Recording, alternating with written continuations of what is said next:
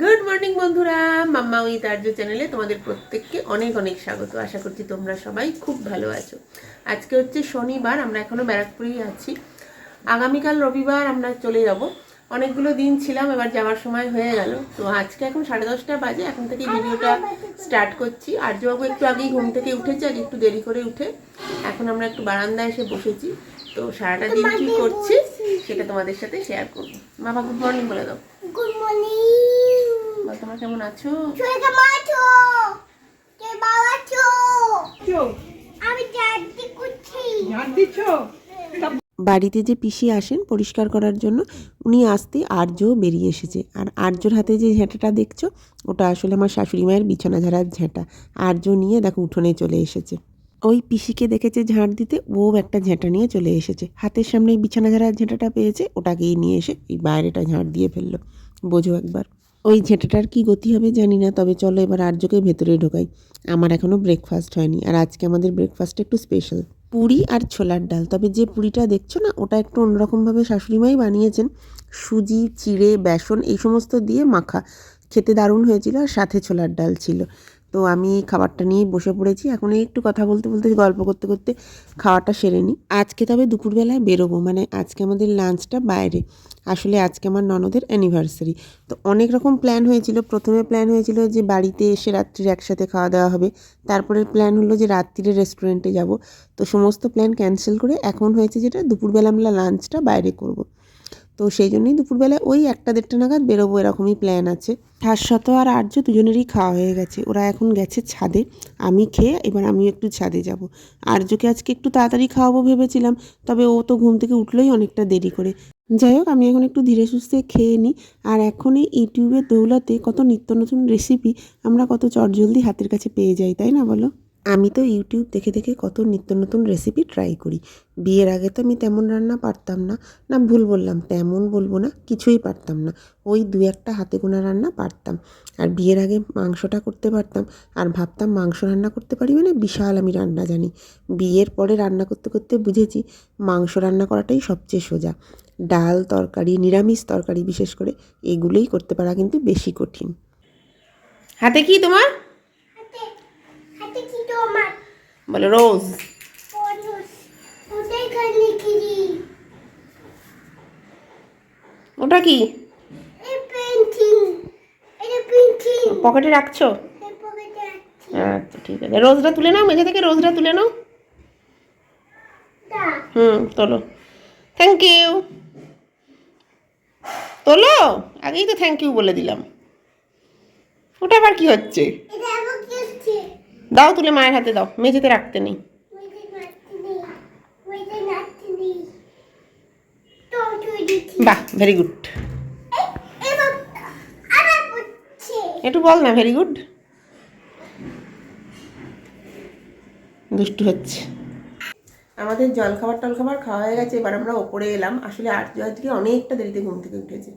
তো উঠে স্বাভাবিকভাবেই ওর জলখাবার খেতে দেরি হয়েছে, ওকে খাইয়ে আমি খেলাম। এখন 11:20, 11:20 মতো বাজে। আর আজকে না আমরা দুপুরবেলা একটু বেরোবো, মানে আজকে একটু দুপুরে আমরা ভেবেছি রেস্টুরেন্টে যাব। তো আমি শাশ্বত আর্য যাবো, আর ওখান থেকে দিদিরা আসবে। তো সেই জন্যই স্বাভাবিকভাবে 1টা নাগাদ বেরোনোর প্ল্যান আছে। তো স্বাভাবিকভাবে একটু তাড়াহুড়ো করবো আর কি। তো এইবার ওপরে এখন এসেছি, একটু ছাদে আর্যকে নিয়ে যাবো রোদে, তারপরে চান টান করিয়ে দেবো। তারপরে আমরা নিজেরাও চান করবো, আর আর্যকে খাইয়ে নিয়ে যাবো। 1টা নাগাদ বেরোবো, কিন্তু তার আগে আর্যকে খাইয়ে দেবো অল্প হলেও। তো এই সমস্ত করে আমরা দুপুরে বেরোবো ভেবেছি। দুষ্টুমি হচ্ছে? এটা আবার কি খেলা? এটা আবার কি খেলা?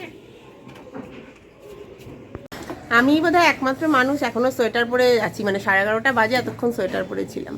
তো এই ছাদে এসে রোদে এসে খুললাম সোয়েটারটা। মানে আমার যে জামশেদপুরে গিয়ে ঠান্ডায় কী অবস্থা হবে, মানে ওখানে তো অনেক ঠান্ডা, এখানে তো কিছুই নয়।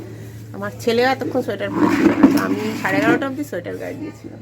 এখন রোদটা এসে মনে হচ্ছে যে গরমটা হচ্ছে। আর অলরেডি আমার ঠান্ডা লেগেও গেছে, সেটাও ঠিক কথা।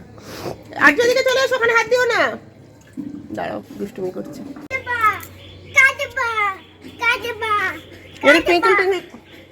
ছিঁড়ে গেল কোথায়? তুই তো ছিঁড়ে ফেললি। তোকে দিল তো এই দি।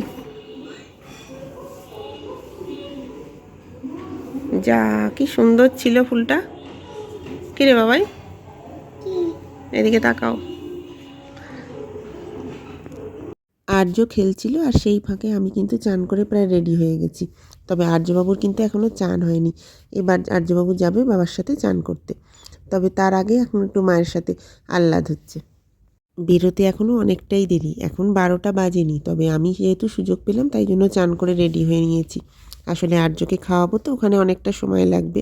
আর দিদি এই ফোন করলো, আমাদের মোটামুটি ঠিক হলো 1:30 নাগাদ বেরোবো। আর আর্যর এখন চান করতে যাওয়ার আসলে একটুও ইচ্ছে নেই, ও খেলবে এখন। তো যাই হোক, এইরকম একটু ওর সাথে খেলতে হবে। তারপরে ওকে বলছি যা তেলটা মাখ, তারপরে চান কর।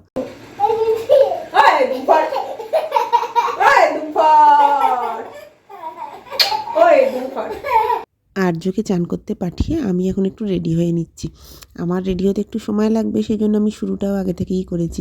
শ্বাসরতের তো 2 মিনিট লাগবে, আর আর্যকে তো আমি রেডি করে দেবো। তো সেই জন্যই আমি আগেই নিজে রেডি হয়ে নিচ্ছি। কল্পনায় করেছে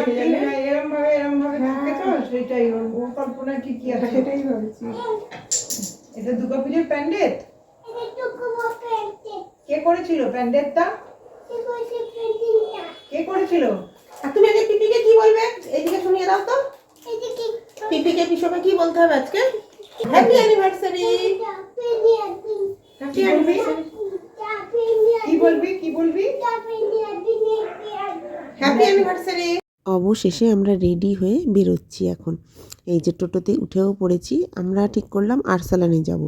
তো টোটো করে একদম আরসালানের সামনেই চলে যাব। দিদিরা ওখানেই আসছে, ওখানে মিট করব। রেস্টুরেন্টে ঢুকে আমরা একদম সিটে বসে পড়েছি। আর আজকে সবচেয়ে যেটা ভালো হয়েছে সেটা হচ্ছে আমাদের এই সিটটা, মানে যেখানটা আমরা বসেছিলাম সেই দেয়ালটা পুরোটা কাঁচ, ফলে বাইরেটা দেখা যাচ্ছিল, সামনে দিয়ে গাড়ি যাচ্ছে। আর ওই পাশে যেহেতু ট্রেন লাইন, তো কিছুক্ষণ ছাড়া ছাড়াই ট্রেন যাচ্ছে। আর যে মানে ভীষণই এনজয় করেছে। তো আজকেও আমাদের একটুও ডিস্টার্ব করেনি, পুরো সময়টা ও বাইরে দিয়ে দেখছিল। মানে ও নিজেও খুব এনজয় করেছে, আর আমাদেরও জন্য এই সিটটা মানে ভীষণ সুবিধে হয়েছে আজকে।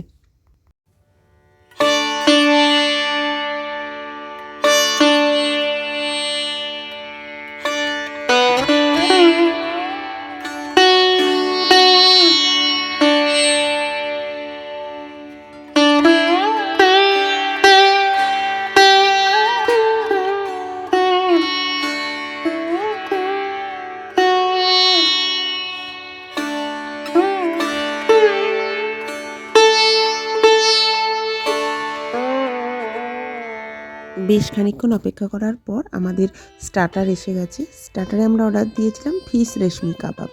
আর এই স্যালাডটা দেখো বেশ সুন্দর করে সাজিয়ে দিয়েছে। তবে এটা কিন্তু মেন কোর্সের অনেক আগেই, মানে যখন আমরা স্টার্টার খাচ্ছিলাম তখনই এটা সার্ভ করে দিয়েছে।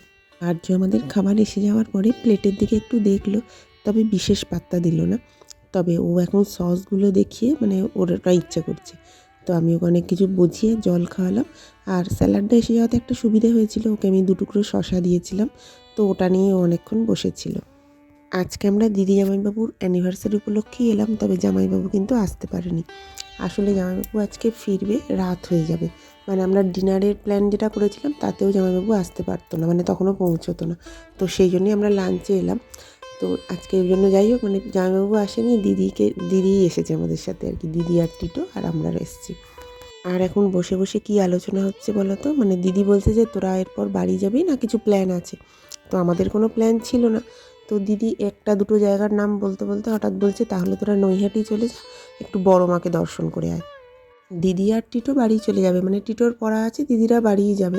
তবে আমরা ভাবলাম যে হ্যাঁ এটা খুবই ভালো, তো চট করে ঘুরে আসাও যাবে। আর বড় মার কাছে তো সবাই যাচ্ছে দেখছি ফেসবুকে, মানে এই নতুন মূর্তি আসার পরে। তো এত সহজে যখন সুযোগ হলো, আমরা ভাবলাম তাহলে ঘুরেই আসি। আর ব্যারাকপুর থেকে নৈহাটি তো বেশি দূর নয়, আর আমরা তো আছি ব্যারাকপুর স্টেশনের একদম কাছেই এখন। তো টুক করে পৌঁছে যাওয়া যাবে। তো সেই মতোই আমরা ভাবলাম এখান থেকে খেয়ে বেরিয়ে পড়বো বড় মার উদ্দেশ্যে। আর এই যে আমাদের খাবার দাবার এসে গেছে, খাওয়া আমরা স্টার্টও করে দিয়েছি।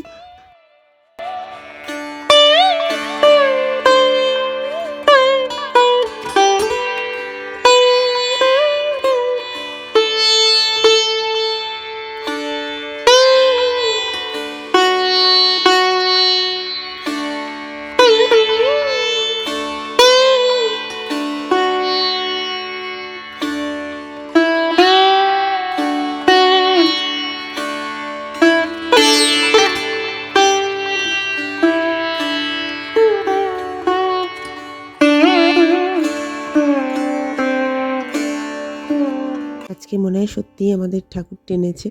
কোনো রকম প্ল্যান তো আমরা আগে থেকে করিনি, তবে হঠাৎ করেই প্ল্যান হয়ে খুব ভালোই হলো। আর এই যে আমরা এখন ট্রেনে উঠেও পড়েছি। মন্দির বিকেলের দিকে খোলা থাকবে, মানে আমরা যখন পৌঁছবো খোলা থাকবে, তবে আমরা আলাদা করে কিন্তু টাইমিংটা জানি না। তো বেরিয়ে পড়েছি, ঠাকুর যখন এতটা টেনেছে দেখা যাক, নিশ্চয়ই গিয়ে আমরা দেখা পাবো। ট্রেনে উঠে আমরা সবাই বেশ ভালোভাবে বসতেও পেয়ে গেলাম, আর আর্য না বেশ খানিকটা পরে ঘুমিয়েও পড়লো। ট্রেনে ওই 25 মিনিট মতো লাগবে। আগে আমি নৈহাটি বেশ কয়েকবার গেছি, তবে বড় মার কাছে কিন্তু আজকেই প্রথমবার যাচ্ছি। আর স্টেশনের কাছেই, খুব একটা দূরে নয়। তো চলো দেখি আজকের পুরো অভিজ্ঞতাটা কেমন লাগলো, সবটা তোমাদের সাথে শেয়ার করছি, তোমরা দেখতে থাকো বাকিটা।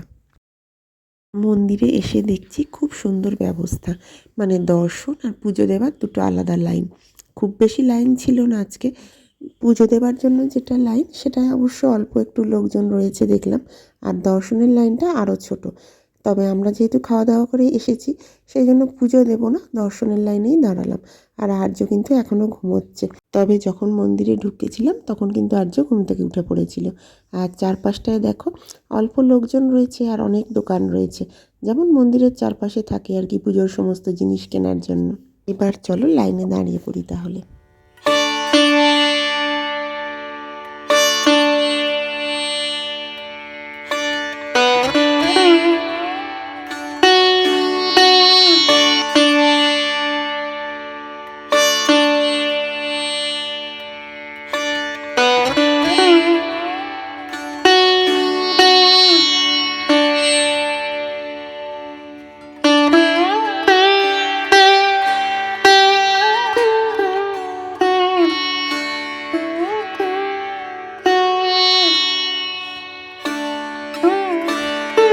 খুব সুন্দরভাবে দর্শন হলো, মানে একদম মন ভরে কাছ থেকে মাকে দেখলাম। মানে কয়েক ঘন্টা আগেও তো ভাবিনি যে এরকম হঠাৎ করে একটা সুন্দর প্ল্যান হয়ে যাবে। তো খুব ভালোভাবে ঠাকুর দেখা হলো। এরপর আমরা ফেরার জন্য আর কি চলে এসেছি নৈহাটি স্টেশনে। আর এখনই না একটা নৈহাটি লোকাল ছিল, তো সেটাতেই আমরা এলাম। ফাঁকায় ফাঁকায় বসতেও পেয়েছিলাম। আর এই যে এখন বাড়িতেও এসে গেছি। আর আজকে না আমার ফোনে একদম চার্জ ছিল না, মানে সেই অবধি একটু একটু বাঁচিয়ে রেখেছিলাম, যার জন্য ফেরার সময় সেভাবে ট্রেনে আমি ভিডিও করিও নি, ফোন অফ হয়ে যেত। তো এসেই যে আর্য ফ্রেশ হয়ে গেছে, আর আমরাও ফ্রেশ হয়ে একটু উপরে এলাম। এখন তবে বেশ একটু ক্লান্তই লাগছে। ফোনে আর একটুও চার্জ ছিল না, যার জন্য মানে বাড়িতে আসার আগের মুহূর্তগুলো ভিডিও করতেও পারিনি। তো বাড়িতে এসে ওই একটুখানি ভিডিও করেছিলাম, আর এখন ফোনটা চার্জ দিয়ে বাকিটা মানে বাকি কথা বলছি। তো আজকে বেশ হঠাৎ করেই এটা, হ্যাঁ এই তো আর্যবাবু এসে গেছে। তো হঠাৎ করেই সুযোগ হয়ে গেল, মানে সবাই বড় মার কাছে যাব, কত প্ল্যান পরিকল্পনা করে। মানে কয়েক মাস ধরে ফেসবুকে আমিও দেখছি, আমারও মনে হতো যে কোনো সময় যাবো, ব্যারাকপুরে গিয়ে থাকলে, হ্যাঁ বাবা, ব্যারাকপুরে গিয়ে থাকলে যাবো নৈহাটি। তো আজকে এমন হঠাৎ করেই সুযোগ হয়ে গেল, মানে এর থেকে ভালো আর কিছু নয়। তো খুবই ভালো লাগলো, আর খুব ভালো দর্শন হয়েছে। মানে আমরা তো খেয়ে গেছি, পুজো দেওয়ার কোনো ব্যাপার ছিলই না, কিন্তু এত ভালো করে দর্শন হবে। অল্প ভিড় ছিল, একদম ছিল না সে কথা বলবো না, শনিবার বিকেলবেলা তো একটু ছিল। তো খুবই ভালো করে দর্শন হয়েছে, মানে ব্যবস্থাটাও বেশ ভালো। তো মানে খুব হঠাৎ করে এরকম একটা ভালো সুযোগ হয়ে গেল। কি তুমি কি বলবে, আর্যবাবু কি বলবে দেখি, বলো কি বলবে। এসো এদিকে এসো, ফেলে দিলে সব, এদিকে তাকাও। নো নো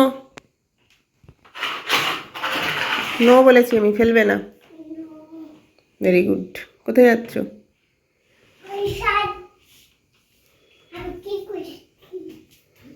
দেখো একটু এদিকে। নিচে এসে এখন একটু টিভি দেখছি, আর আর্য এখন একটু বাবার কাছে আদর খাচ্ছে। আমি ভাবলাম কালী পুজো থেকে সেই বাজিগুলো পড়ে আছে, একটু ফাটিয়ে নিই।